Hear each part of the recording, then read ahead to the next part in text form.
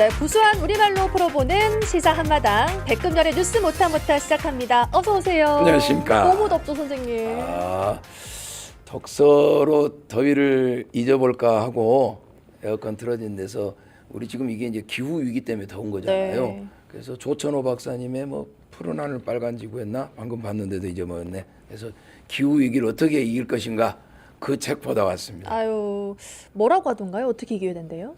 우리가 소비를 줄이는 수밖에 없습니다. 네. 예, 에어컨도 좀 덜 틀고. 예. 아유, 너무 더워요, 근데. 다 이게 인과응보잖아요. 사람들이 너무 욕심부려서 세상이 이렇게 된 거 아니에요. 그러니까 네. 소비 줄이고 욕심 줄이고 그래서 우리 다음 세대도 사람 살 수 있는 세상을 만들어야죠. 알겠습니다. 마음을 새기면서 첫 번째 소식 만나볼게요.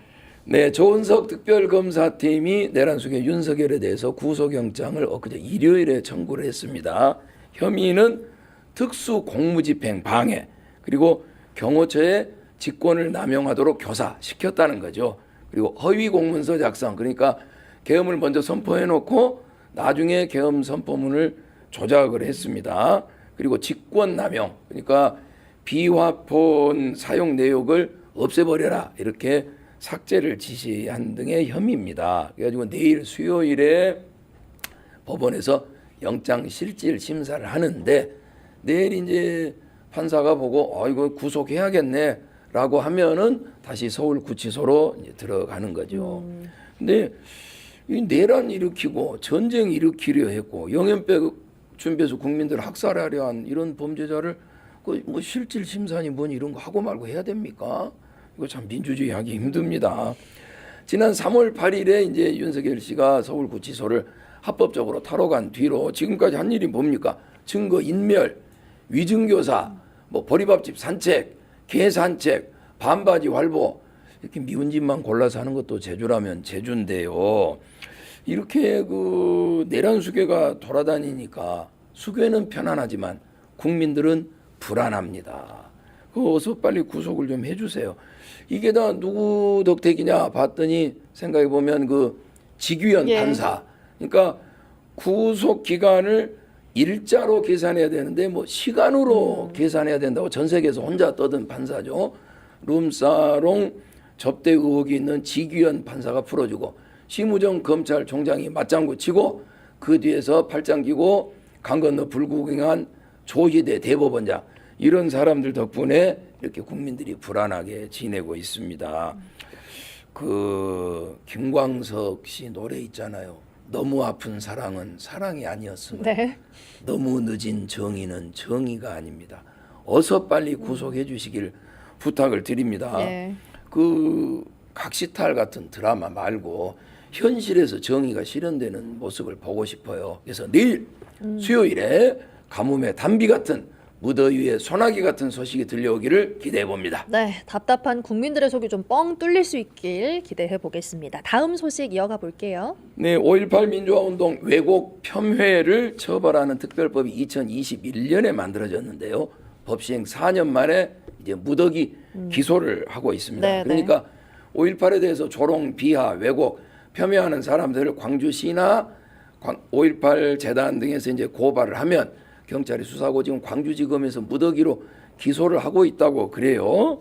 근데 이 5.18을 조롱하고 폄훼하는 행위는 5.18 피해자 그리고 유가족뿐 아니라 300만 광주 전남 시도민 그리고 이 5.18을 자랑스럽게 생각하는 대한민국의 민주 시민들에 대한 2차 가해가 아니겠습니까? 네. 그러니까 가해자니까 처벌을 하는 거죠. 근데 오늘의 죄를 처벌하지 않으면 내일의 범죄에 용기를 준다고 이 사람들을 지금 강하게 엄하게 처벌하지 않으면 계속 이런 행위가 지속이 될 거란 말이죠. 근데 어째서 이 사람들이 이런 생각을 하게 됐나? 5.18이 막 북한군 소행이다 막 이렇게 믿고 있는 사람들 있잖아요. 네. 생각을 해보면 언론을 참칭하는 사이비 언론, 기자를 참칭한 사이비 기자, 뭐 요즘엔 기레기라고 하죠.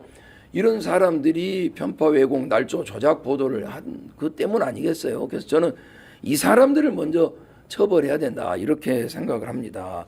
그리고 그런 영향을 받아서 뭐 부정선거를 믿는 사람도 있지 않습니까? 네.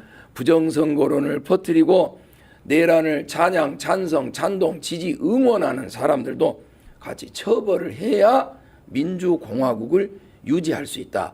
우리 사회가 건강하게 살 수 있다. 저는 네. 그렇게 생각합니다. 지금 선생님 말씀하신 것 중에 이제 내일의 범죄를 오늘의 네. 범죄를 처벌하지 않으면 예, 내일의 범죄를 그러니까 용기를 주는 게 된다. 네. 이 말이 굉장히 와닿습니다. 네, 오늘 그 정청래 전 법사위원장께서 이제 페이스북에 올리신 말이기도 하죠. 네, 좋습니다. 그렇습니다. 마지막 소식 살펴볼게요. 네, 윤석열 정권의 경제 성적표가 조금씩 드러나고 있습니다. 작년에 자영업자 중에 폐업한 사람이 무려 100만 8,282명이라는 보도입니다. 광주는 2만 6천 명대고요. 전남이 2만 9,500명, 거의 3만 명입니다. 그러니까 광주 전남에서만도 벌써 3만 6천 명이 폐업을 한 겁니다. 그럼 작년만 그랬냐? 재작년을 봤더니 98만 6,500명입니다. 그러니까 재작년, 작년 2년에 걸쳐서 약 200만 명의 자영업자가 폐업을 한 거예요. 예. 너무나 어려워가지고요. 그러니까 참 윤석열 정권이 경제에는 관심이 없고 이렇게 전쟁이나 일으키려 하고 내란이나 일으킬 국리나 했으니 경제가 폭망한 건 뭐 당연한 거죠. 아니면 그 뭐 경제 살리라는 주문을 처가 경제 살리라는 주문으로 알아들었나도 모르겠습니다. 그러니까 그쪽으로 고속도로 놓고 예. 김건희 씨 관련자는 떼돈 벌고 그랬잖아요. 그래서 이제 지금 내수가 이렇게 형편없이 사그라들어 가지고 지금 이제 가게가 모두 폭망하게 생겼습니다. 그래서 응급 처방으로 이번에 그 뭐죠? 무슨 소비 쿠폰 있지 않습니까? 네, 네. 그 민생 회복 소비 쿠폰을 이번에 지급을 하죠. 그걸 위해서 이제 30조 원이 넘는 추경을 좀 편성을 했습니다.